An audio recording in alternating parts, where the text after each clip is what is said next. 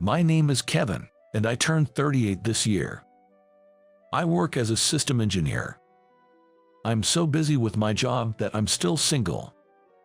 Because I'm an only child, my parents, especially lately, keep telling me to get married and to show their grandchildren. If I explained that my job is important right now, my mom wouldn't be convinced. Ever since my dad passed away, my mom has been pushing me even more. She might be feeling lonely.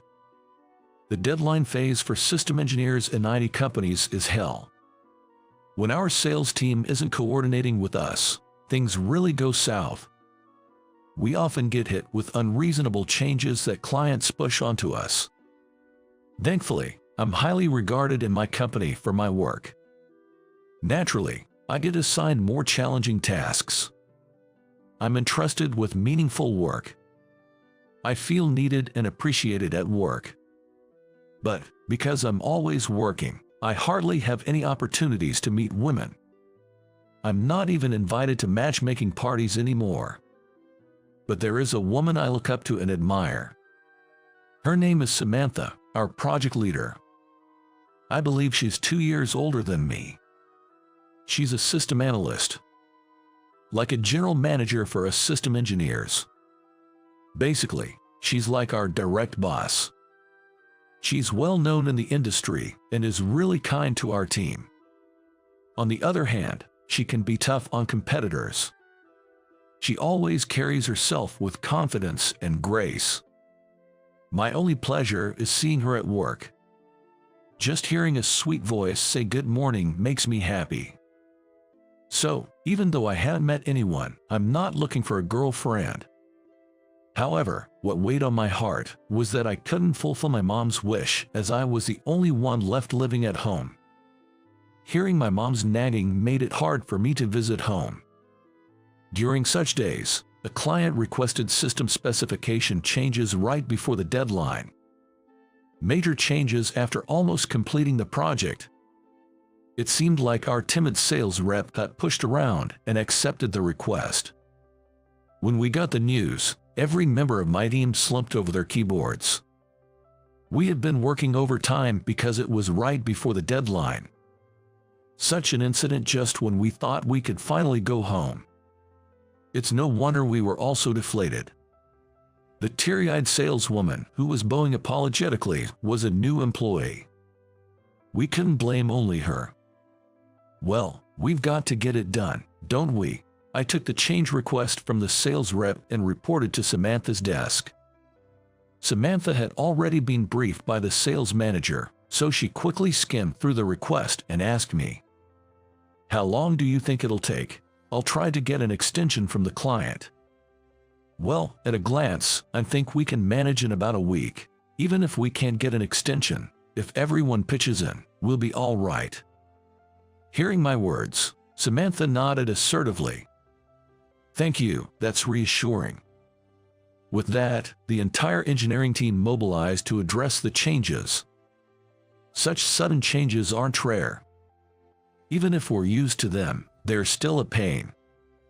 A newlywed colleague of mine was sadly informing his new wife, I wouldn't be coming home for a while.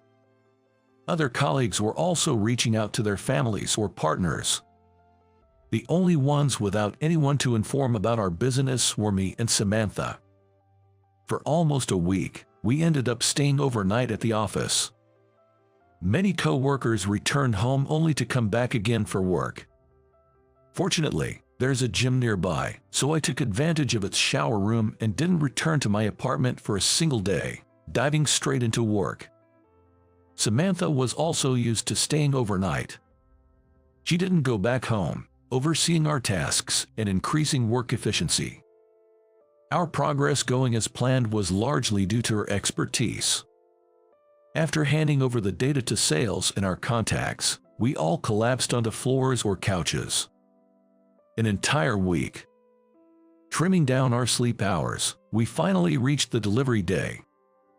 We handed the data over to sales around 1 a.m.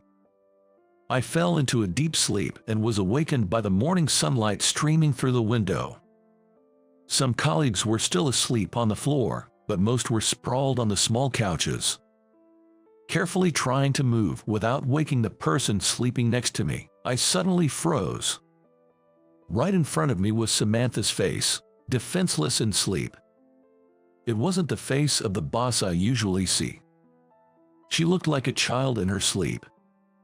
Awareness of her made my heart race.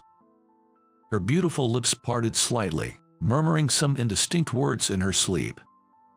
I felt like I was watching something I shouldn't. Yet, I couldn't take my eyes off her.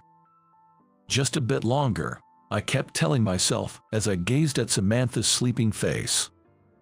I had never looked at her for so long before. As I was entranced by her, her eyelids suddenly lifted, and my heart felt like it would burst. With a small scream, Samantha jolted awake. "Eek, Kevin, why didn't you wake me up?" How embarrassing.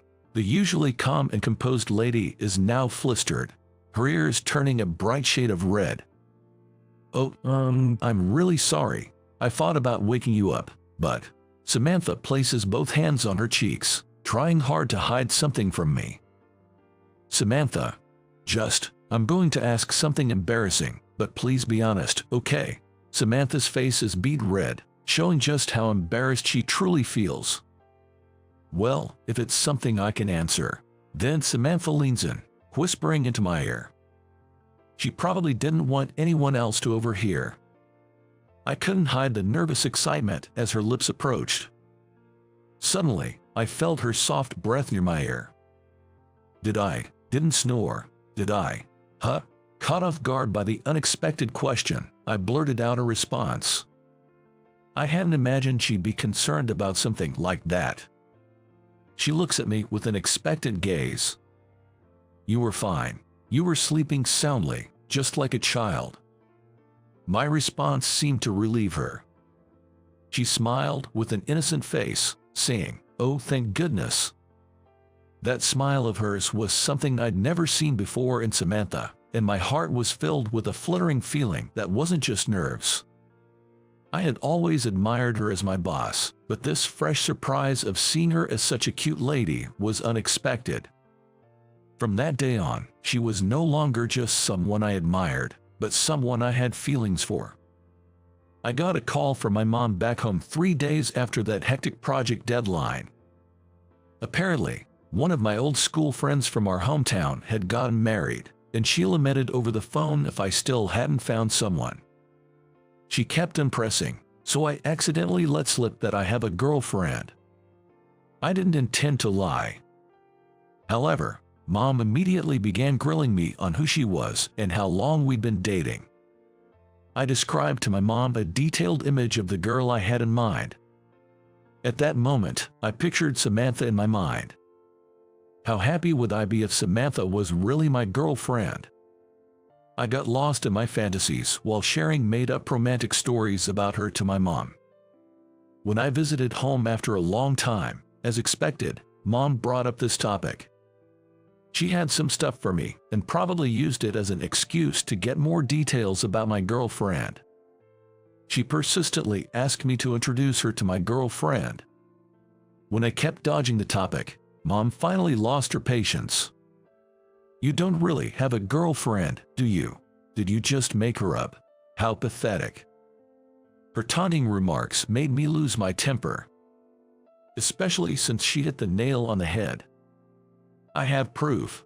How rude. I took out my phone and showed her a picture from a recent work party. In the photo, Samantha and I were laughing together. We both looked merry, probably because of the drinks we had. This photo, with just the two of us, is something I treasure. "See, isn't she the wonderful person I told you about?" With an audibly annoyed breath, I spoke sharply to my mom. She was frozen, staring intently at my cell phone screen. I thought she might be stunned by how lovely the woman was. However, upon closer examination of my mom's face, her expression seemed more of fear than surprise. She was turning pale. "This woman, is she your girlfriend?" "No way, can't be," my mom murmured in a trembling voice. Her hand holding the cell phone was shaking. "Mom, what's wrong? Do you know Samantha?" Snapped back to reality by my words, my mom took a deep breath to calm herself down. I waited patiently for her to begin. "I'm sorry, Kevin.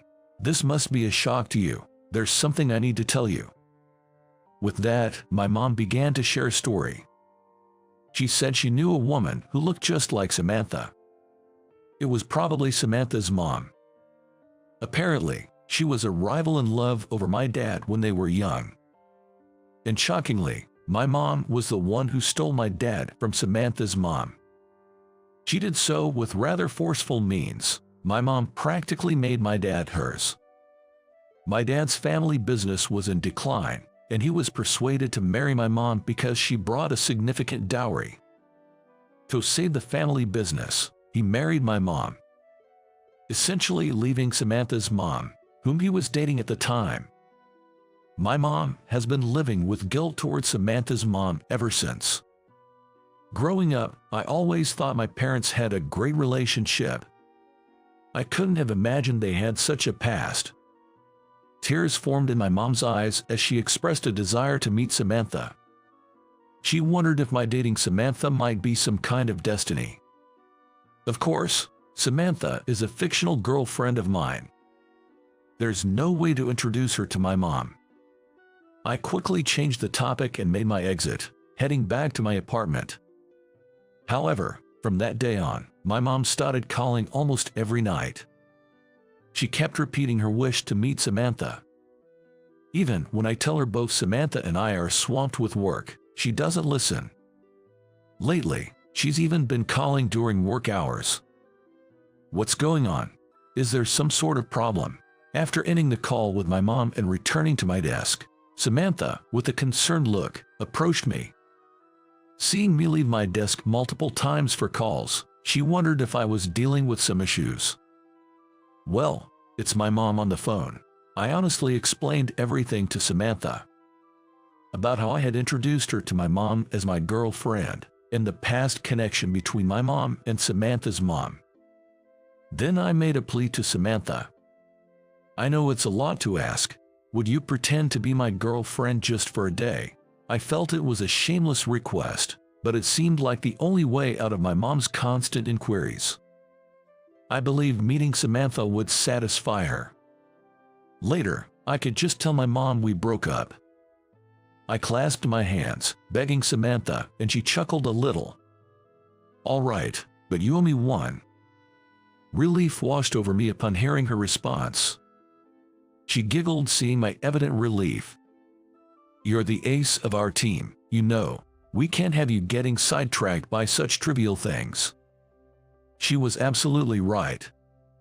Finding no words to reply, all I could do was offer a weak smile. The weekend came, and I took Samantha to my parents' home.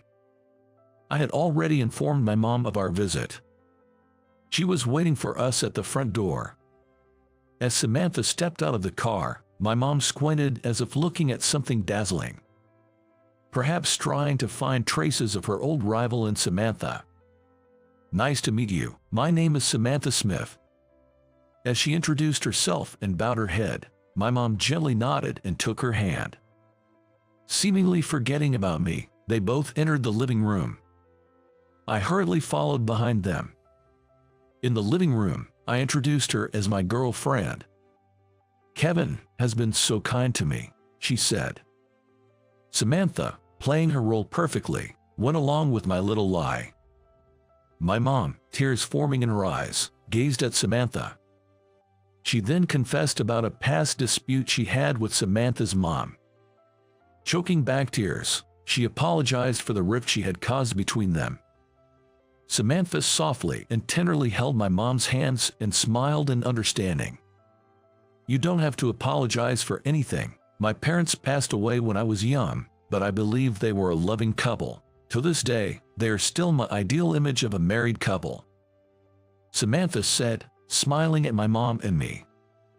She laughed, saying that she was born because my parents got married.